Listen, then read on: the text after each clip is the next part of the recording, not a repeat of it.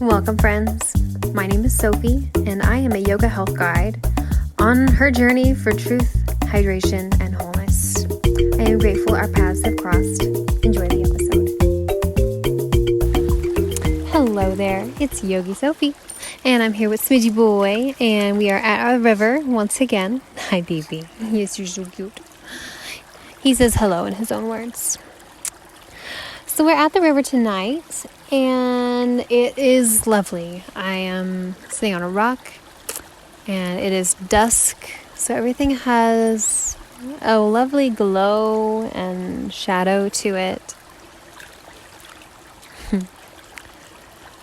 And the breeze is moving through the trees, and it's just a very peaceful evening here.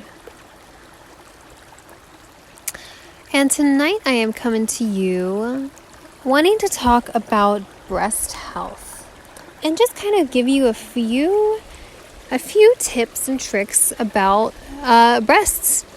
And breast health is incredibly important for those who have them, because in there's a lot of lymph nodes, and the lymphatic system is part of the immune system. It's one of the body's first line of defenses at decreasing toxins in the body so that they don't go deeper and create disease later on. And for many of us, unfortunately, the lymph nodes are completely overwhelmed. There are so many toxins that we encounter each and every day, not only with our food and dietary choices, but just in the air we breathe and the water we drink. And so, while it's really important to reduce the amount of toxins that are coming in, and that's, of course, for another day,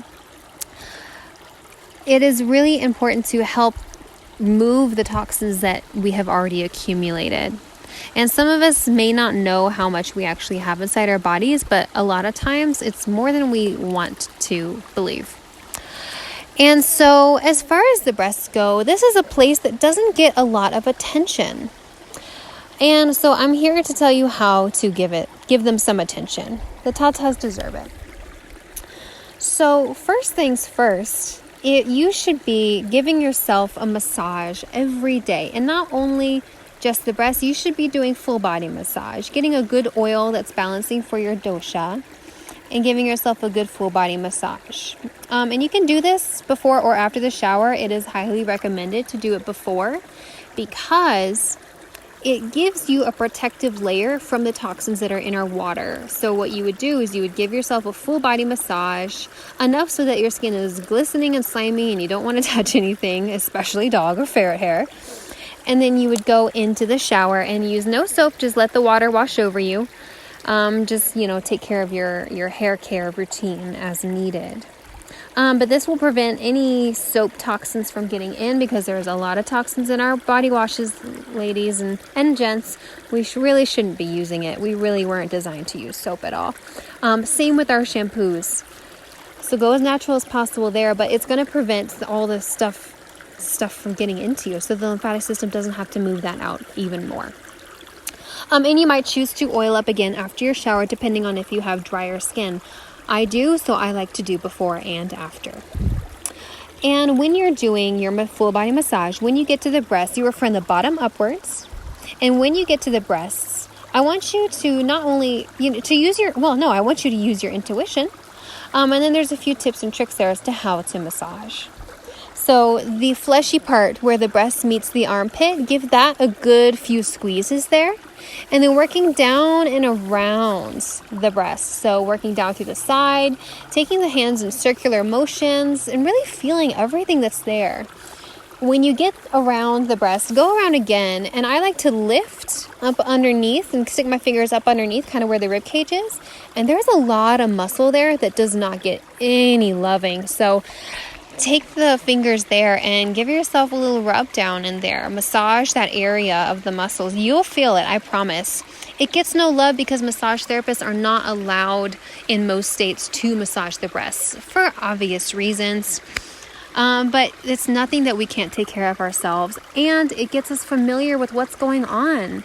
So if you are someone who knows how their breast tissue feels, You'll be familiar when there's something that's wrong. If there's a random, lump there or something, or just there's anything coming out, there's lots of things that you can observe and get to know yourself better just by massaging yourself. The hands are some of the best tools that we have. And so after you've done that, you do the other side. And just, at least 1 to 2 minutes per boobie is a really great place to begin. There are lots of different things that you can use on the breast. You can just use your body oil, no lotions, because again, lotions have all sorts of toxins in them. Stick to plain and simple oils, infused with some organic herbs if you have it. So there is a breast balm from Banyan Botanicals. That's a great product. It's got lots of herbs that are really balancing for the female system, as well as the breast tissue. But coconut oil, olive oil, avocado oil, jojoba oil, sesame oil, all of these are great options. Just find the one for your dosha. And that's going to really help free up any stagnancy that's going on there. And I bring this up because stagnancy, again, that is where disease dwells. You know how if you're sitting in a river, like I am, and you see it nice and flowing, and then there happens to be this like random dam of twigs or rocks that kind of block the flow, and how if you step in that water or shush it up, there's all this murkiness and grossness at the bottom. Well, we don't want that going on in our bodies. So stagnancy in the breasts is more common, and that's why we have a lot of increase in, I believe one of the reasons we have a big increase in breast cancer is because nobody's massaging their boobs. And we're also wearing clothes that are too tight. We're wearing bras. We are not meant to wear bras. That is just another construct that has been placed upon us to appease society. And so, burn them. I got rid of mine years ago, and I haven't looked back.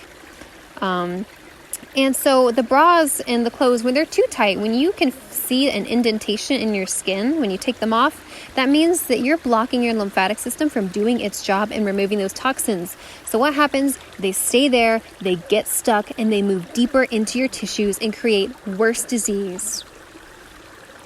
And I say this with all seriousness.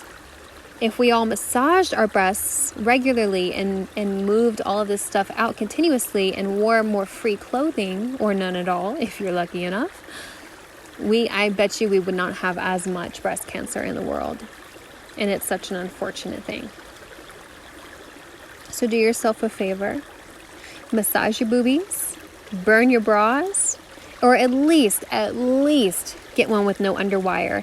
And if you're someone who's concerned about the size or the shape or anything like that, first off, I want you to just learn, be on that journey of learning to love yourself as you are, naturally, the way the universe made you, because it's perfect. And secondly, I highly recommend getting your push-ups in, because that's going to strengthen the muscles in your area, all those pectoral muscles, and give it a better tone as well. So doing these things from a place of love, always, not from a place of I'm not enough or I don't like myself, always. And another thing I want to talk about is what happens around our cycles. So for a lot of us women, we get swollen boobs that hurt like hell. I am one of those. My breasts tend to be swollen 2 to 3 out of 4 weeks of the month. And this is, of course, there's the whole toxin thing, but another thing we can do to reduce that is reducing caffeine. That is one of the things that has caused a lot of stress on my breasts, and it's caused them to swell every month. There's inflammation because caffeine, well, I should say coffee in general, but caffeine as well, it's very drying to the body. It works your adrenals really hard, and it's forcing your body to do something that it doesn't actually have the reserves to do. Caffeine is one of those quick fixes. And when you become addicted to your quick fix, you're depleting yourself in the long term. Your body can never catch up. And so reducing or eliminating caffeine would be a great step to helping that, because when it's really hot and dry, moving through the body, dehydrating the body, taxing the adrenals, we can't be hydrated. And if we're not hydrated, what the boobs do, because we need a lot of waters moving through us during our cycles, what the boobs are going to do is they're going to retain that water. So you get your swelling. And because there's toxins in there, because we're not massaging our boobs, we're going to get soreness. And so that's another thing that I highly recommend. So give yourself some boobie massages. Love yourself. Get to know them. They're amazing things. They literally feed human life. They feed us. They are perfect. And burn the bras and eliminate the caffeine. And last thing, of course, hydrate like hell. Water's good. And there are so many toxins in the water that it can be hard to find one that feels safe to drink, as I've had this experience with. And I'm kind of going to go deeper into how I've been hydrating lately in a little while.